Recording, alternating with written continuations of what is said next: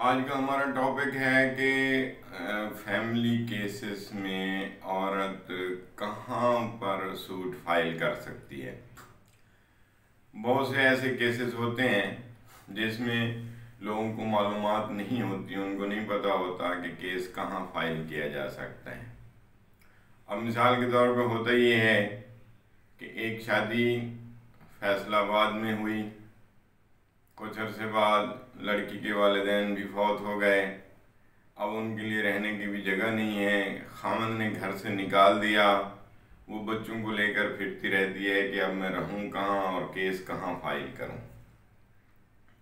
वो मिसाल के तौर पे अब कराची आ जाती है, तो अब कराची में क्या वो केस फाइल कर सकती है या उसको फैसलाबाद जाना पड़ेगा, ये एक कानूनी नुक्ता है।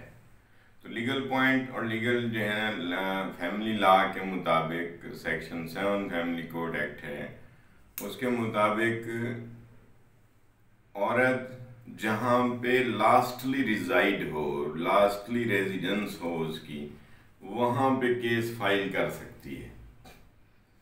अब भले पाकिस्तान में या पाकिस्तान के बाहर जहाँ भी उसकी शादी हुई है और वो हैं दोनों पाकिस्तानी मियाँ बीवी, तो कानून के मुताबिक जहाँ वो आखिरी दफ़ा वो रिहाइश रखी हुई है वो वहाँ पर केस फाइल कर सकती है।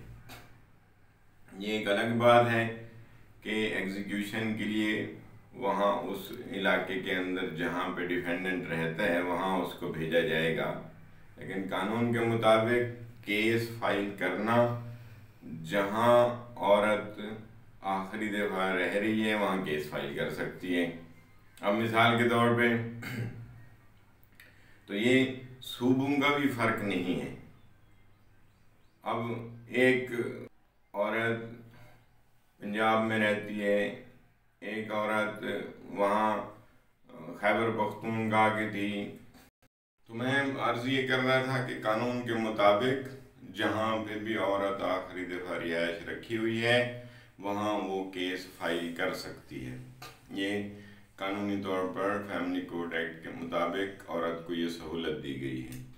अब एक शादी लाहौर में कंज्यूमेशन होती है, वहाँ उनके माबैन जो है वो झगड़ा हो जाता है, तो औरत अगर कराची आ जाती है तो यहाँ कराची की अदालत में वो अपना केस दाखिल कर सकती है। तो ये औरत की सहूलत के लिए होता है, इसके लिए ख़ास को सबूत भी नहीं देना पड़ता। बस जहाँ रह रही है वहाँ एक बिजली का बिल जो सिंध के मुताबिक है, पंजाब में तो वो भी नहीं लगाना पड़ता।